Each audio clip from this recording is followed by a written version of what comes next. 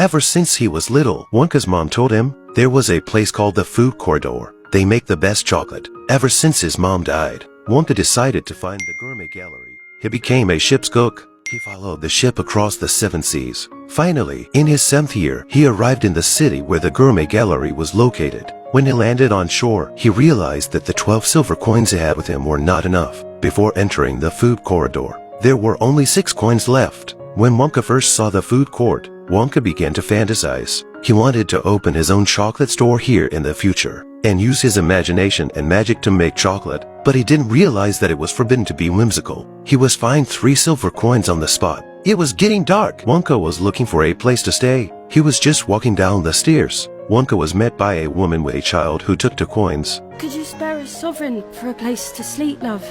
Of course. Here, take all you need.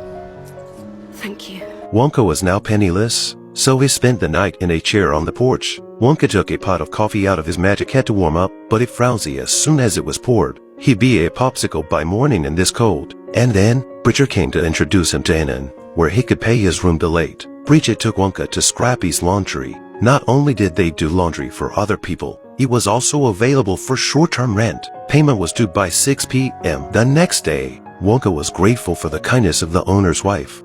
Thank you. He signed the agreement right away because he couldn't read. He couldn't read the agreement. Wonka didn't realize it was a shady hotel. He stayed here for 1 night. As soon as it was light, he rushed to the food court. He was going to sell his chocolates here. Ladies and gentlemen of the Gallery Gourmet, my name is Willy Wonka. Wonka brought out a levitating chocolate man. If you eat the levitating chocolate, you can't fly to the sky. His behavior attracted the attention of the Chocolate League. The Alliance monopolized all the chocolate business in the food court. Wonka's presence certainly affected their interests, so they called the police on the spot. Before the police arrived, his levitation chocolates were all sold out. No matter how tall or short, fat or thin, as long as you eat the chocolate, can't experience the feeling of flying. Wonka wasn't happy for long. The police arrived and hooked everyone down with their batons and confiscated all of Wonka's earnings. Could you at least leave me a sovereign?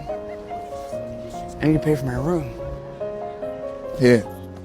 Thank you.